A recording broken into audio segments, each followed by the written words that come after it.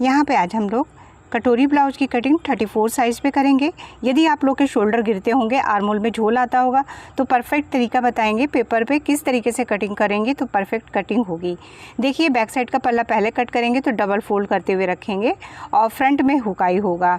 तो यहाँ पर हम लंबाई जो लेने वाले हैं वो 14 इंच पर तैयार करेंगे, तो 15 इंच लेंगे। Hello everyone, welcome to my YouTube channel Kiran Shiv cutting and stitching. यहाँ पर देखिए, इस तरीके से हमें पहले 15 इंच पर निशान एक लगा देना है और अभी इसको स्केल से हम सीधा कर देंगे। तो ये लाइन जो है हमारी शोल्डर लाइन है। अभी देखिए, शोल्डर यहाँ पे हम कितना लेंगे, डीप नेक के हिसाब से शोल्डर ले रहे हैं 5.25 इंच पर।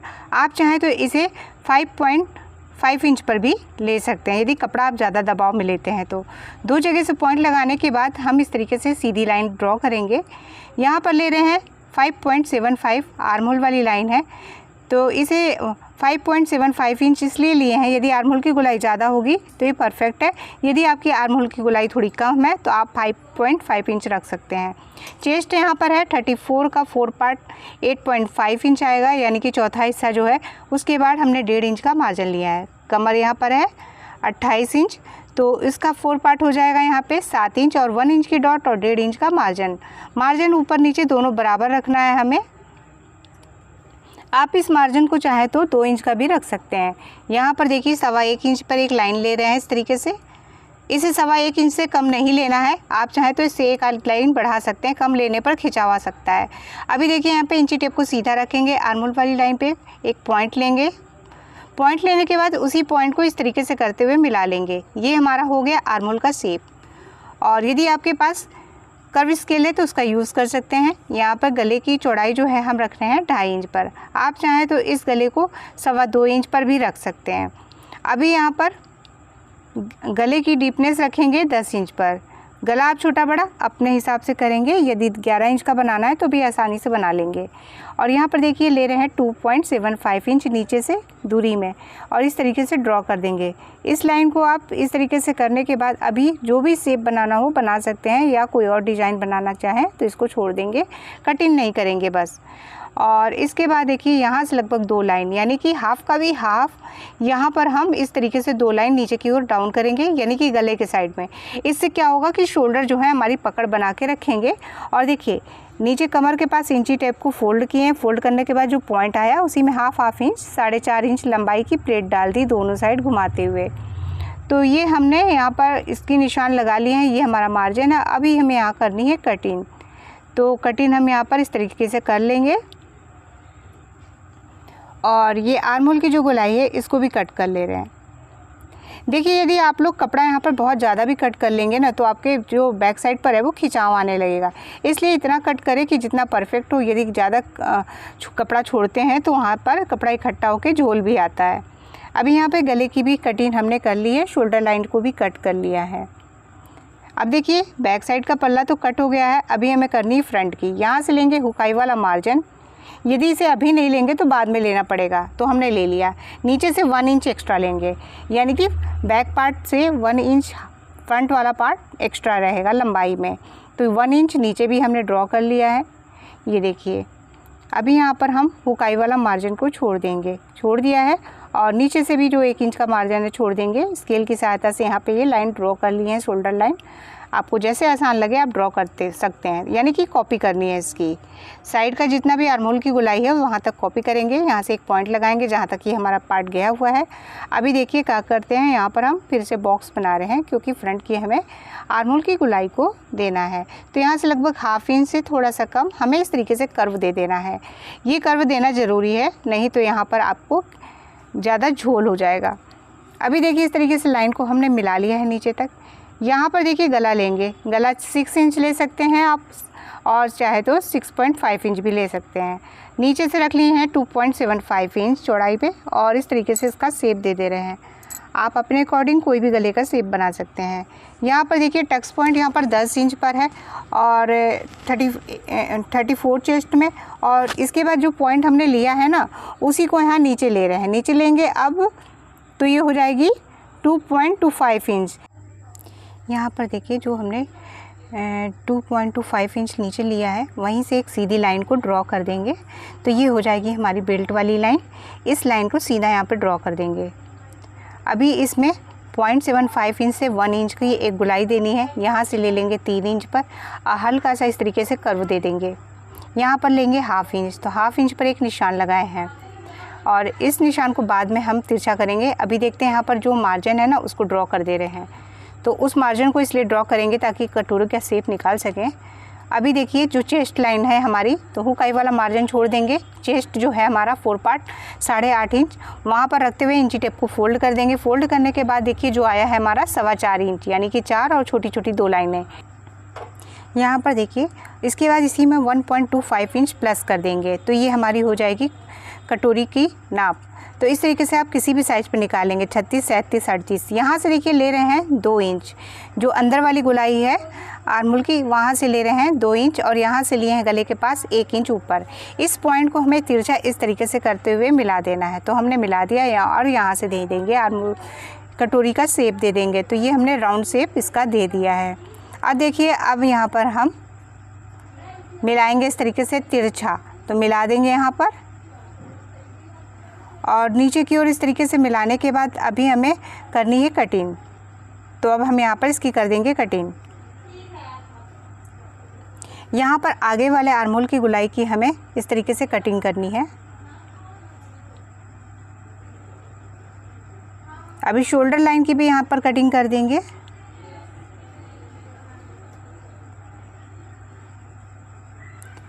गले की भी यहाँ पे हमने कटिंग कर ली है और अब करेंगे बेल्ट की कटिंग।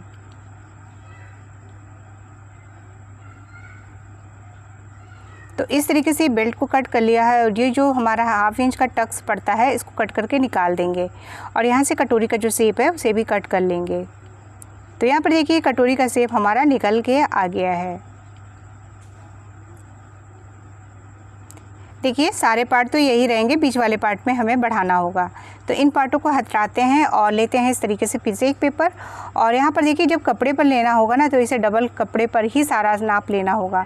यहाँ पर देखिए हमने जो भी जिस तरीके का शेप निकाला है उसको तो पहले कर देंगे कॉपी और रखे हैं पेपर को क्रॉस में, यानी कि कपड़े को भी तिरछा ही रखना होगा, यानी कि ऑरेब स्टाइल में जो कि बिनाई तिरछी हो जाती है।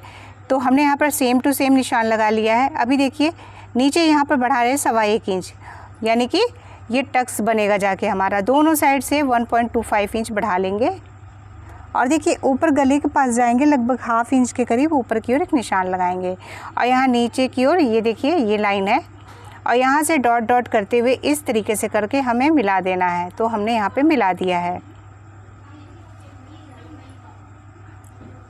तो ये जो भी लाइन है हमने यहाँ पर मिला लिया है और यहाँ से देखिए इस तरीके से करते हुए तिरछा इस तरीके से मिला देंगे।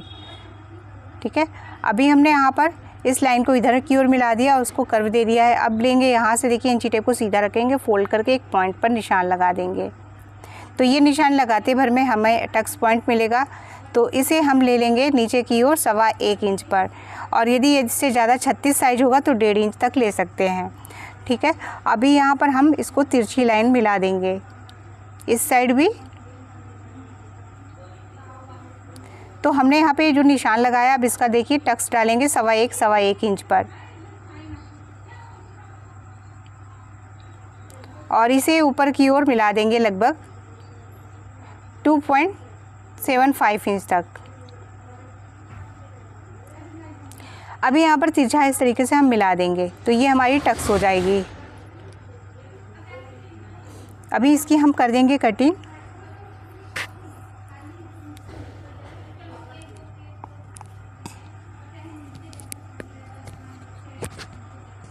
यहाँ से भी हमें इसकी कटिंग को कर देना है।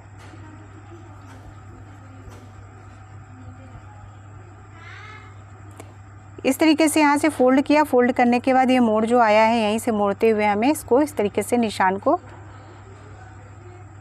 देखिए ये हमारा टक्स बन जाएगा। तो इस तरीके से देखिए हमारा कितना अच्छा पफ बना है, यानी कि इसकी जो कटोरी साइज़ है बहुत ही अच्छा बन के आया है 34 साइज में। अभी यहाँ पे देखिए बैक साइड के पल्ले को लिया है और स्लीव्स की कटिंग करनी है। तो लगभग स्टिचिंग का मार्जिन छोड़ देंगे 1/2 इंच के करीब और यहाँ से इस तरीके से इंची टेप को रखते हुए घुमाएंगे गोल गोल। तो देखिए हमारा कितना आ रहा है, ये आया है हमारा करेक्ट 9 इंच पर। तो यहाँ पर इस 9 इंच के लिए देखिए कैसे हम लेंगे। यहाँ पर डबल फोल्ड पे हमने पेपर को लिया है, 9 इंच पर स्लीव्स को तैयार करना है तो रखेंगे 10 इंच। ठीक है, तो 10 इंच पर एक निशान हम लगा देंगे, 1 इंच मार्जिन का है, और तुरपाई वाला होगा तो 1.5 इंच लेंगे। सीधी लाइन वहीं से ड्रॉ कर ली है हमने। अभी देखिए हम निकालेंगे चौड़ाई, तो जो 9 इंच आया था तो उस 9 पे निशान लगा के उसी में 0.75 इंच माइनस करके दूसरा निशान लगाया है। तो यहाँ पर जो निशान लगाने के बाद आया है तो वो आया है 8.25 इंच। तो 8.25 इंच से ही हमें सीधी लाइन ड्रॉ कर लेनी है। खुले साइड पर ही जाएंगे और वहाँ पर लगाएंगे 3.5 इंच। आप इसे चाहे तो 3.25 इंच तक भी लगा सकते हैं इस निशान को। और ये लेंगे 1.5 इंच। 1.5 इंच मार्जिन रखा है इसलिए ही 1.5 इंच लेना होता है। यहाँ से लगा रहे हैं 2.25 इंच पर निशान ऊपर की साइड बंद सिरे से, और ये जो पॉइंट हमने लगाए हैं यहाँ स्केल से मिला दे रहे हैं। ये सबसे अच्छी टेक्निक है। इस तरीके से स्लीव्स जिनको बिल्कुल निशान लगाना नहीं आता है आसानी से लगाएंगे, परफेक्ट तरीके से स्लीव्स का निशान लगेगा। और इसके बाद हमने यहाँ पर दे दिया है दोनों पॉइंटों को लगाते हुए गुलाई। नीचे देखिए ये है बाजू की गुलाई, तो 4.75 इंच और 1.5 इंच का मार्जिन रख दिए हैं और इस तरीके से तिरछा मिला देंगे। ये देखिए हमने यहाँ पे मिला दिया है और यहाँ पर देखिए इस तरीके से लगभग 2 लाइन के करीब हल्का सा इसको शेप दे देंगे, प्रॉपर तरीके से आ जाएगा। और ये जो हमारी सीधी वाली लाइन थी इसका सेंटर लेंगे और इसको कर्व में चेंज कर देंगे। अभी कटिंग करके दिखाएंगे और आपको अच्छी तरीके से समझ में आएगा कितना कपड़ा यहाँ से जाएगा।